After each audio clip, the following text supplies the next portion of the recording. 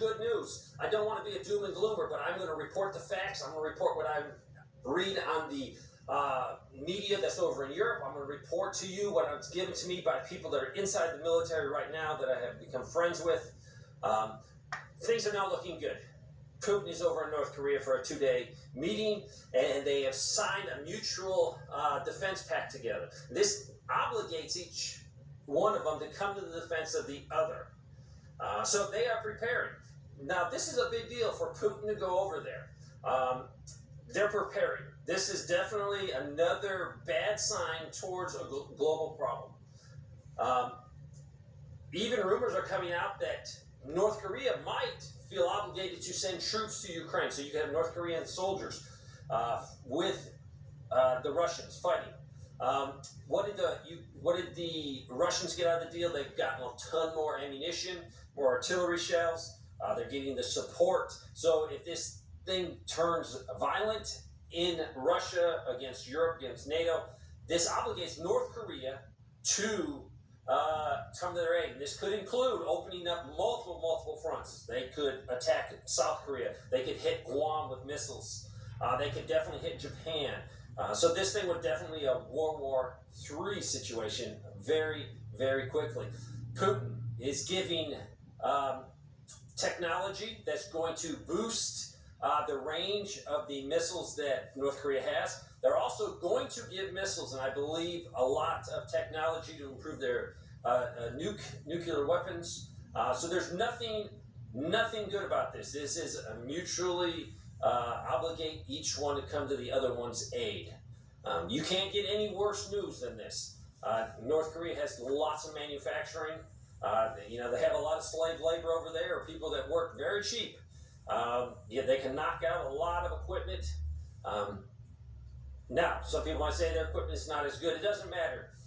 If I'm going to shoot 10 artillery rounds at a point and I'm using North Korean ammo, I'll just shoot 20.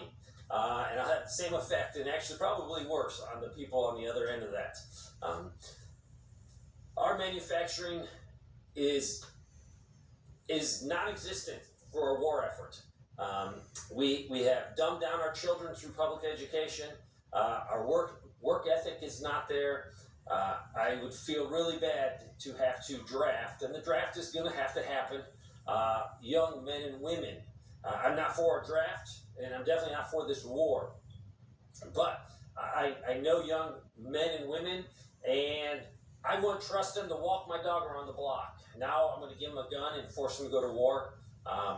They don't have the skill sets, they don't have the temperament, they don't have the work ethic, and I don't want to do it. I don't want to put these young men and women in risk because of a bunch of politicians and a bunch of rich guys want another war. They want another war because economically we are done. Look at the interest we're paying this year alone. Very soon it's going to be more paid on interest for a year than we pay in military defense. You cannot exist as a country when you're shelling out over $1 trillion. And there's a lot of other things that are happening behind the scenes. There's definitely a push to kill the dollar. And it might not happen tomorrow unless we go into a World War III situation. About to go down. And North Korea's Kim Jong-un pledged to unconditionally support Russia in its war on Ukraine. Putin said that the strategic partnership pact signed with North Korea includes a mutual defense clause under which each country agrees to help the other repel external aggression. Okay, so what I think we're going to see here is I think we're going to see North Korea attack South Korea. And it's going to happen at the same time as Russia attacks Ukraine more. And because they have a mutual defense pact, that's going to make America afraid to attack North Korea. And it's going to make South Korea afraid to attack North Korea because they're going to be afraid that Putin is going to use tactical nukes and retaliate somehow.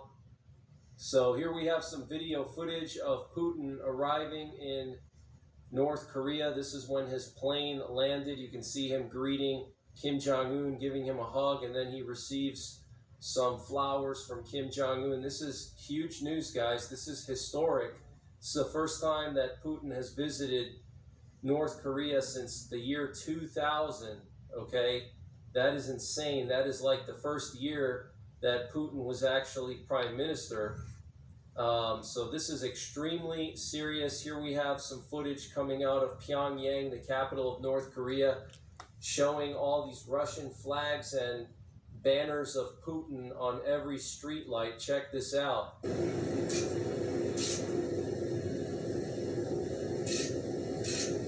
So you can see Putin's face there, okay, on every single street light. This is insane, guys. Look at this. So, you know, this is like going back in time to, you know, the 1970s. Look, there's Putin right there on every single street light. That is just absolutely ridiculous. And a new document was drafted which will act as a framework for ties between the two countries going forward. And this is what Putin said. Today, a new fundamental document was prepared which will lay the foundation for our relations for a long-term perspective. Interaction between the two countries is based on the principles of equality and mutual respect for each other's interests. Russia and the DPRK have been linked by a close friendship and good neighborliness for many decades. And then Putin went on to talk about the historic ties between Russia and North Korea. He said the feats of preceding generations are a good foundation for the fostering of ties between Russia and North Korea. For instance, in 1945, Soviet soldiers together with Korean patriots fought to liberate Korea from Japanese invaders. Our pilots conducted tens of thousands of combat sorties during the 1950 to 1953 Liberation War. Interesting, that's the Korean War as we know it, but Putin called it the Liberation War. Interesting. Additionally, Russia has for decades been fighting the imposed hegemony policy, the imperialist politics of the United States and its satellites. Wow, imperialist politics.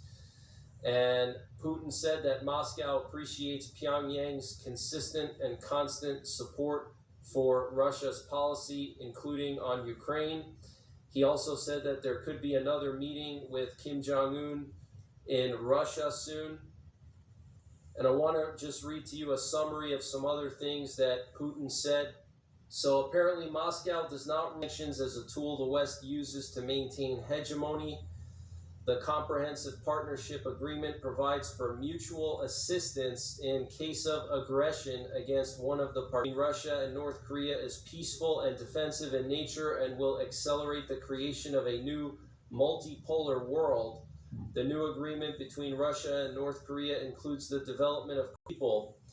And the Russian delegation to North Korea included Foreign Minister Sergei Lavrov, First Deputy Prime Minister Denis Manturov, Deputy Prime Minister Alexander Novak, Defense Minister Andrei Belousov and his Deputy for Armaments Alexei Krivoruchko, Minister of Natural Resources and Environment Alexander Kozlov, Minister of Health Mikhail Murashko, Minister of Transport Roman Starovoy, Head of Roscosmos Yuri Borisov. Kim Jong-un signing this agreement here, okay, and this allows for mutual assistance in the case of aggression.